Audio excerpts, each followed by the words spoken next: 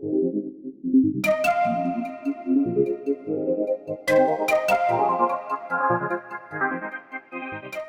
to the channel. I am Sydney.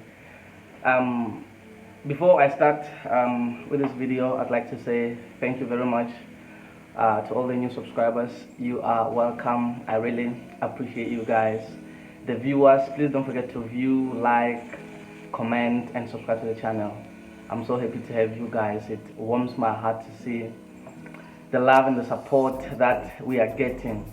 Anyway, let me not bore you with that, and let's delve right into this video. You've probably seen by the title of the video, the thumbnail. Today I want to share with you guys my personal study tips, or how I study myself to get some decent marks.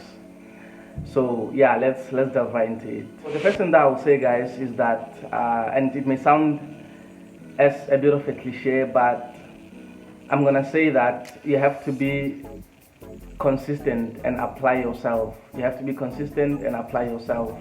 I think consistency though goes along with everything that you do in life to succeed. So you have to be consistent in everything. And discipline. You have to be disciplined. You have to stop procrastinating. You have to have your goals. You have to stop procrastinating. You have to have your goals be goal orientated. You have to know what you want to achieve in your studying. You have to know that, for example, you have to study to achieve a certain grade. If, for example, you want to get a distinction, your ambitions to get a distinction should match your work ethic. So you should stop procrastinating, you should apply yourself, be disciplined, be committed. Always resent that little voice on the inside of you that will keep telling you, you'll do it in the next hour, in the next 30 minutes, in the next hour, tomorrow. That voice will not get you anywhere in life. So you just have to find a way to resent that voice and overcome that voice, because it's a lie. It's not true. You have to apply yourself, be disciplined, be committed to the cause. The thing that I will share with you is that you have to know yourself. And what I mean by knowing yourself, I'll make a good example of myself. You have to know that, for example, okay, let me just make a good example of myself. For me to study content and have it stuck in my head, I have to write it down and read it from my own handwriting. Whether I write it down as a summary or I write down the whole content, but I just have to write something down and read it off my own handwriting. That's how it gets stuck to my head. That's how I'm able to remember things. So you have to know yourself. And another thing about me is that my focus span is somewhere between an hour and a half. So I know that I'm most productive and I can study most productively within an hour and a half. I can focus for only an hour or an hour and a half max.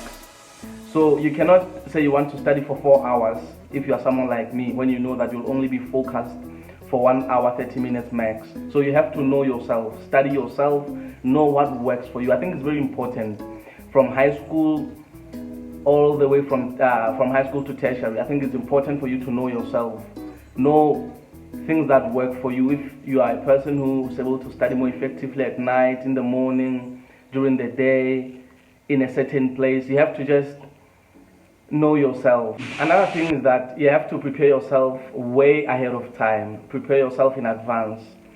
I'm not a huge fan of people who prepare themselves a day or two before they write a test or an exam, because that have been proven not to work. It's been proven over time that it does not work. It just increases your anxiety levels.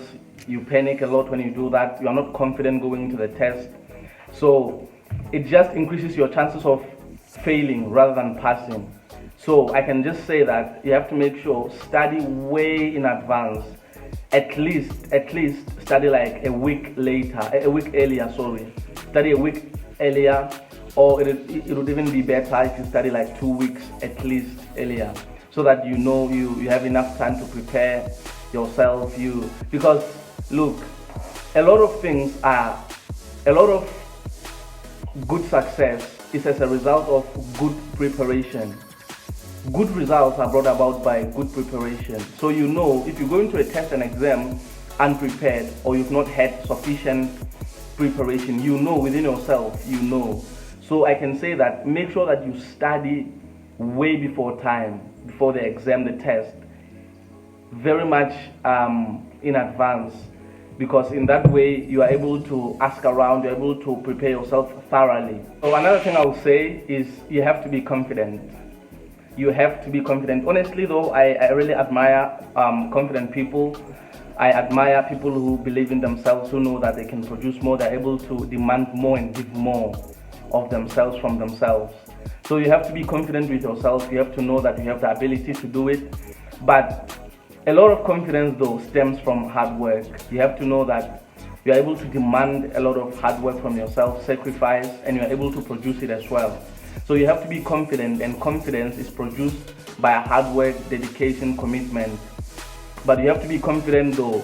If you prepare yourself thoroughly, if you prepare yourself well and you do your homework, you do everything that's necessary for you to pass. You know in different subjects that you do what you need to do, the material you have to study, and when you need to study for you to be sufficiently prepared.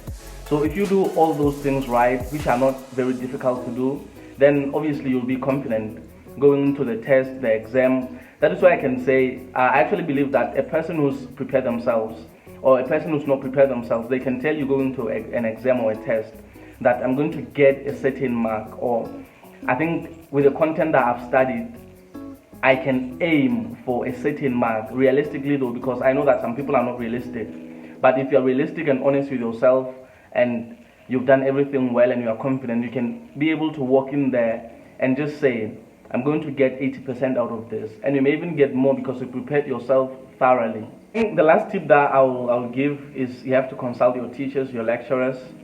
I was actually not going to talk about it, but thinking about it though, especially if you're in high school or you do maybe BOMA engineering, let's say IT, or difficult subjects, you may really have to consult your teachers, your lecturers where you don't understand, and don't be shy. There's really no point in being shy though, because what do you fear? Would you rather suffer in silence or go there and embarrass yourself, even though it's not really embarrassing yourself, or face your fears and get understanding and pass?